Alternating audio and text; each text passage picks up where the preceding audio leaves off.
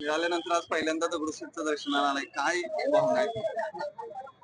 मंत्रिपदाची शपथ घेतल्यानंतर पहिल्यांदाच इथं दर्शनाची संधी मला मिळाली. मी खरं तर इथल्या सर्व पदाधिकाऱ्यांचे सुद्धा आभार मानते. दगडूशेठ इथे दर्शन घेण्याची संधी वर्षातून नाही म्हटलं तरी 1-2 वेळा साधारणपणे मिळत असते आणि त्याचा एक वेगळा आनंद आणि समाधान असतो.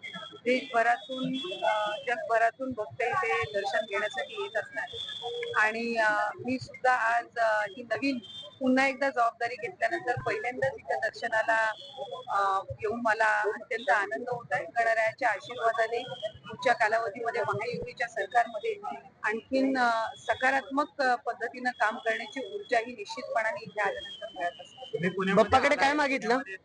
बाप्पाकडे काय मागितलं? बाप्पाकडे सगळ्यांसाठी सुख समृद्धी, महाराष्ट्र राज्याला प्रथम क्रमांकावर महायुतीच्या सरकारच्या कालावधीमध्ये नेण्याचं जे उद्दिष्ट आहे त्याच्यामध्ये त्यांनी यश द्यावं असंच मानतो. तुम्ही आज पहिल्यांदा पुण्यात आला, पण स्थानिक पदाधिकारी तर कुठेही दिसत नाहीये. शहराध्यक्ष असतील किंवा महिला पदाधिकारी असतील. ते आहेत. माझा कोथरूडला एक कार्यक्रम आहे आणि तिथे ते सगळे उपस्थित राहणार आहेत.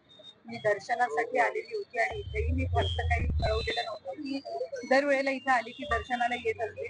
फारसं काही त्याचा तामझाम न करता मी इथे येत असते. त्यामुळे ते सगळे औपचारिकरित्या त्या कोथरूडमध्ये जो कार्यक्रम आहे त्याच्यासाठी सगळे उपस्थित आहेत. लाडक्या बहिणीचा पुढचा हप्ता जो डिसेंबरचा आहे त्याची काय प्रोसेस सुरू आहे सध्या आणि ती कधीपर्यंत मिळेल काय असं 24 तारखेपासून आम्ही जो डिसेंबर महिन्याचा हप्ता आहे तो देण्याची सुरुवात ही केलेली आहे.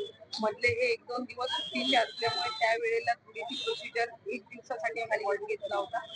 आजपासून पुन्हा एकदा साधारणपणे पुढच्या 3-4 दिवसाच्या कालावधीमध्ये ज्या काही लाभार्थी आहेत लाडक्या बहीण योजनेचे त्यांच्या खात्यामध्ये थेट जो लाभ आहे डिसेंबर महिन्याचा हा पोहोचवण्यात येईल. काही त्याचबरोबर जर आपण बघितलं तर लाडक्या बहिणीचा तुम्ही हप्ता सुरुवात झाली तर दुसरीकडे शिक्षकांचे जे पगार आहेत यामुळं 2 ते 4 दिवस किंवा उशिरा होण्याची शक्यता वर्तवली जाते, कारण रात्री उशिरा हा पूर्ण जो पैसा आहे तो लाडक्या बहिणीसाठी वर्ग करण्यात आला अशी शक्यता आहे. त्यामुळं सगळे शिक्षक अतिशय चुकीची माहिती ही तुम्हाला मिळालेली आहे. नागपूरच्या अधिवेशनाच्या वेळेला जर आपण सगळ्यांनी माहिती घेतली असेल तर त्यावेळेला जो डिसेंबर महिन्याचा हप्त्याचा निधी आहे 1400 कोटीचा हा विभागाला प्राप्त झालेला आहे आणि याला साधारणपणे आता 10 ते 15 दिवस झालेले आहेत. त्याच्यामुळे दुसऱ्या कुठल्याही विभागाचा निधी हा महिला व बालविकास विभागाला लाडक्या बहीण योजनेला देण्यात आलेला नाहीये.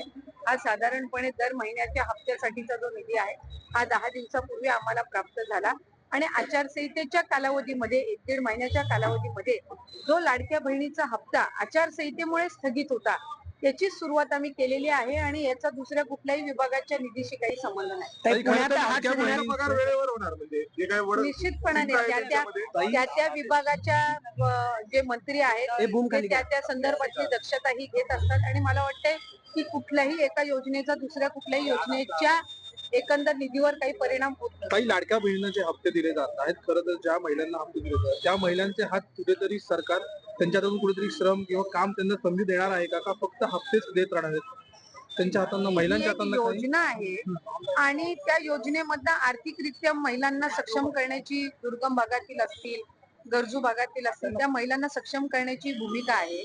आम्ही विभाग म्हणून आता पुढच्या कालावधीमध्ये महिलांना आर्थिक साक्षरता त्यांच्यामध्ये आणणं म्हणजे फायनान्शियली त्यांना लिटरसी त्यांना लिटरेट करणं या दृष्टिकोनातून आम्ही काही उपक्रम हाती घेणार आहोत आणि साधारणपणे जर आपण बघितलं की या ज्या महिला आहेत लाभार्थी या आपापल्या पद्धतीनं सेव्हिंग असेल किंवा छोटमोठे उद्योग सुरू करणं अशा अनेक केस स्टडीज आमच्या सुद्धा समोर आलेल्या आहेत. आम्ही फायनान्शियल लिटरसी आणण्याच्या दृष्टिकोनातून पुढच्या कालावधीमध्ये काम हे निश्चितपणे करणार आहोत. ताई पुण्यात आहात. पुणे जिल्ह्यात काल आणि परवा अशा 2 दुर्दैवी घटना घडल्यात.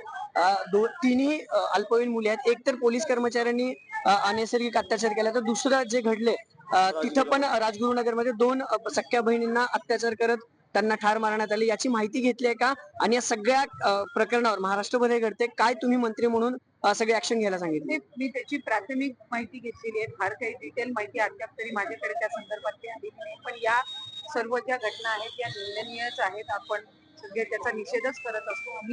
मी एक महिला म्हणून त्याचा निषेधच करते. साधारणपणे जे काही कायदे केंद्र शासनाने आणलेले आहेत या सगळ्या बाबतीमध्ये त्या अधिकाधिक त्याची अंमलबजावणी राज्यामध्ये करणं या दृष्टिकोनातून सरकार हे काम करत आहे. त्या संदर्भामध्ये फडणवीस साहेबांनी सुद्धा राज्याचे मुख्यमंत्री महोदयांनी सुद्धा त्या संदर्भातली भूमिका ही स्पष्ट केलेली आहे आणि आम्ही फास्ट ट्रॅक कोर्ट असेल किंवा ही जी काही पीडित कुटुंब असेल यांना जी शासन